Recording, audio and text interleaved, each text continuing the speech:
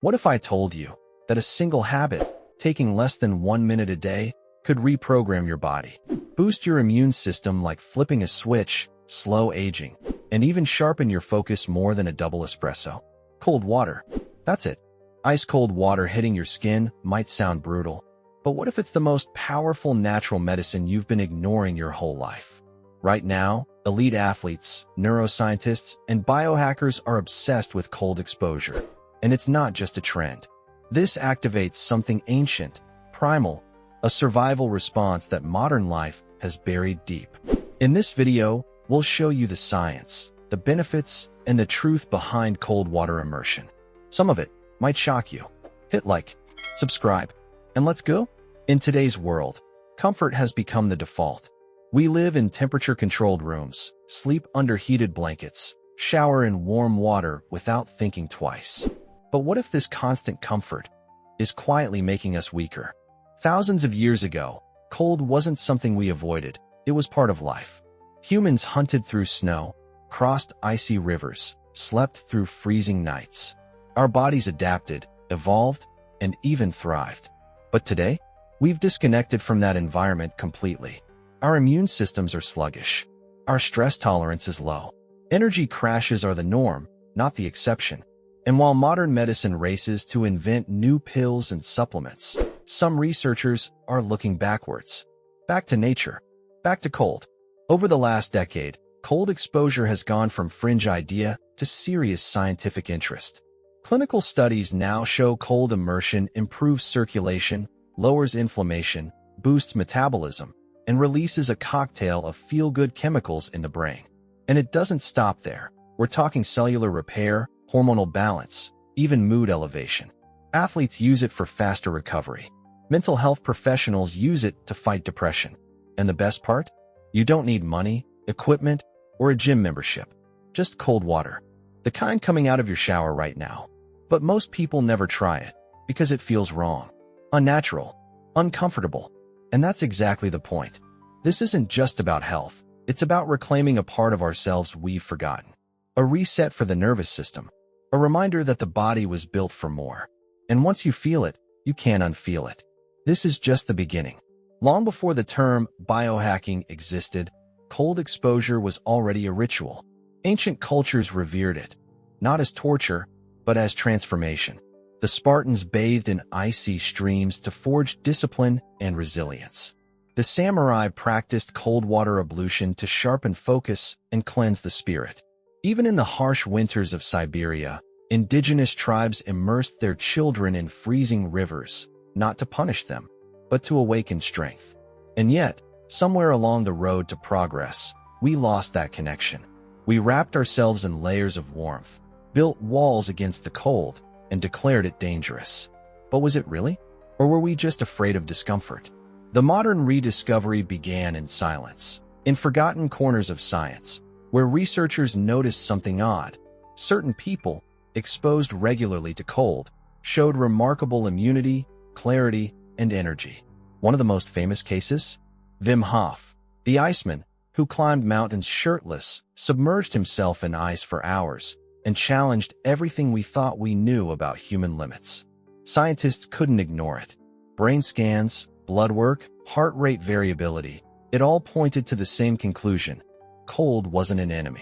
It was a trigger, a switch, something ancient buried deep in our biology, just waiting to be activated. But here's where the tension builds. As climate control spreads and comfort culture grows, our collective biology weakens. We are losing the ability to adapt, to respond, to fight. And when the next pandemic hits, or energy systems fail, or temperatures swing wildly, the question becomes terrifyingly simple. Who survives? The ones who embraced the cold, or the ones who ran from it? Right now, nearly 80% of adults in developed countries spend their entire day in a thermal bubble between 68 and 72 degrees Fahrenheit. Never too hot, never too cold. Sounds ideal, right? But here's what the data shows. Chronic comfort is rewiring us for weakness. Studies reveal that regular cold exposure boosts norepinephrine by up to 530%, a hormone critical for focus, alertness, and inflammation control. Without it, brain fog, fatigue, a weakened immune system. And let's talk numbers. Hospital admissions for seasonal flu are up 30% over the last decade. Autoimmune disorders are exploding. Anxiety and depression are at all-time highs. Coincidence or consequence? In nature, stress is a signal for adaptation. But we've eliminated all stress, and with it, the body's ability to respond. Look at the blue zones, regions where people live the longest, healthiest lives. In Okinawa, elders still walk barefoot in cold water before sunrise. In Iceland, children nap outdoors, even in winter. Their bodies are used to the cold, trained by it. Now imagine a blackout. No heat, no hot water. A storm knocks out power for days. Who stays calm? Who survives? Not the one clinging to comfort, but the one whose biology remembers the cold. This isn't science fiction. It's science ignored. And the longer we avoid this reality, the more fragile we become. The next disaster won't wait for us to get stronger. It's coming, with wind, with ice, with silence. And the only question is, are we ready to feel uncomfortable again? Here's the twist no one talks about. Cold doesn't just shock the body, it teaches it, trains it, and not just physically, but neurologically. In a groundbreaking study, scientists discovered that repeated cold exposure literally rewires the brain's response to stress. The amygdala, the part responsible for fear and panic, starts to shrink. The prefrontal cortex, the part that controls logic, focus, calm, gets stronger. Meaning, the more you step into cold, the less control your fear has over you. Think about that. Cold doesn't just build resilience, it transfers control. And here's the kicker. Just 30 seconds a day under cold water begins the process. That's less than brushing your teeth. And yet, it rewrites your stress response, boosts immune defense, and increases dopamine levels by 250%. No drug does that. No supplement comes close. Some scientists are now calling cold exposure nature's forgotten antidepressant. But not everyone agrees. Big Pharma doesn't want you cured by your shower. And some researchers argue we still don't fully understand the long-term effects. But ask the growing wave of people who've tried it, and they'll tell you the same thing. Cold didn't just change their health, it changed their identity. Because when you walk into something you fear and come out stronger, something inside you shifts. Forever. So here's the question no one dares to ask. If this simple, free habit is so powerful, why aren't we all doing it? Or maybe someone doesn't want us to? In cutting-edge labs around the world, cold exposure is no longer dismissed as a fringe concept. It's being tracked, scanned, and measured down to the neuron. Using functional MRI, scientists have observed real-time brain changes during cold immersion. The default mode network, the part of the brain linked to rumination and anxiety, begins to quiet. Meanwhile, activity in the reward center skyrockets. You're not just enduring the cold. You're reprogramming how your brain sees challenge. Researchers at Stanford, Harvard, and across Europe are mapping the biochemical cascade that follows even brief cold exposure. A rush of endorphins, increased oxygen efficiency, reduced cortisol. In one trial, participants who took daily cold showers for 30 days reported 59% fewer sick days. In another, depressive symptoms dropped by nearly half. That's without any medication. Some hospitals in Scandinavia are now experimenting with cold as a therapeutic tool for post-operative recovery. Elite military units are using it to train soldiers for extreme environments, but also for mental clarity under pressure. And then there's wearable tech, smart rings and patches that monitor how the body responds to temperature shock. Heart rate variability, glucose response, immune biomarkers, it's all being recorded, and the results are astonishing. But here's the irony. All this tech, all this research, is simply validating what ancient cultures already knew.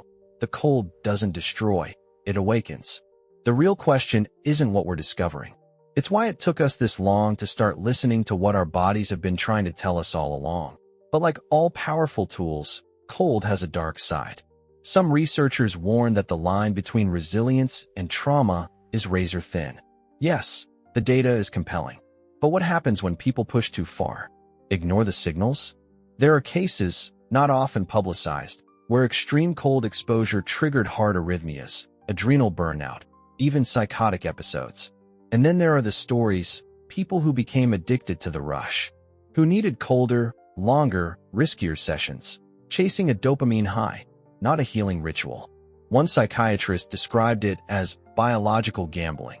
Every dive into ice a roll of the dice. And the debate doesn't end there. Some scientists argue that our obsession with control, with hacking biology, may be blinding us to something deeper. What if cold isn't just a stimulus, but a gateway? Indigenous shamans believed that the body in cold was closer to spirit, that the discomfort opened doors the warm mind couldn't perceive.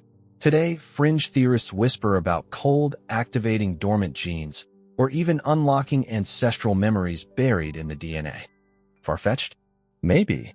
But progress has always had its ghosts. Fire gave us civilization and war. Nuclear physics gave us power and annihilation. So what will cold give us, besides energy and focus?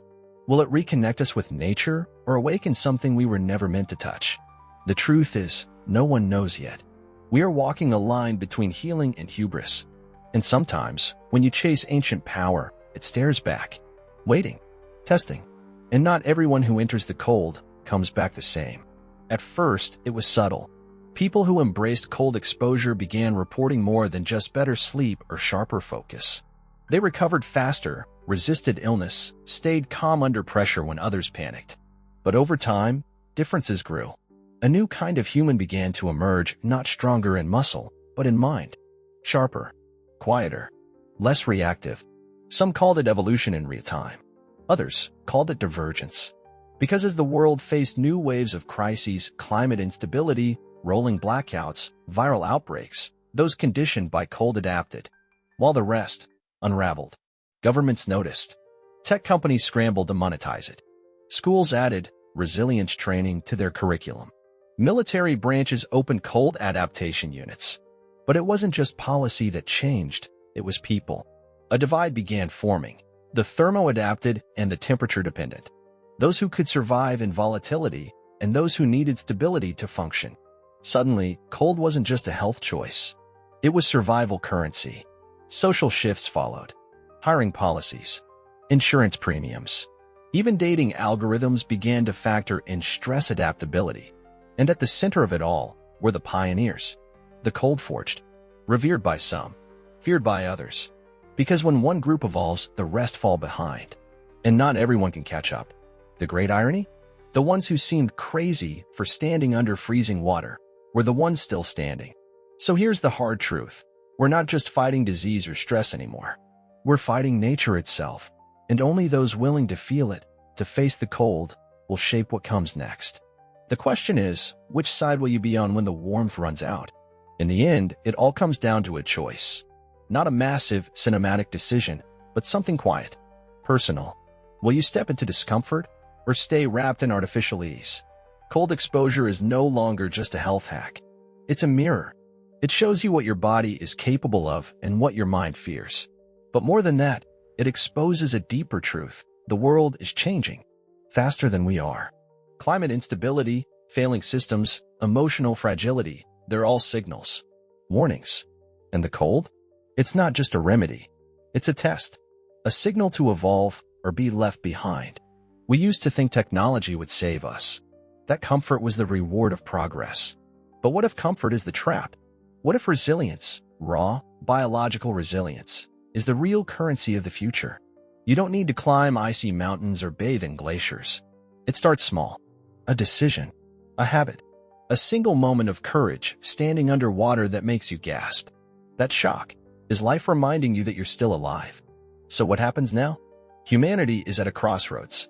One path leads deeper into convenience, softer, slower, dependent. The other? Into friction, cold, growth, and strength. No one can walk it for you. But those who do may be the ones who carry us forward. Into the unknown. Into the next version of ourselves.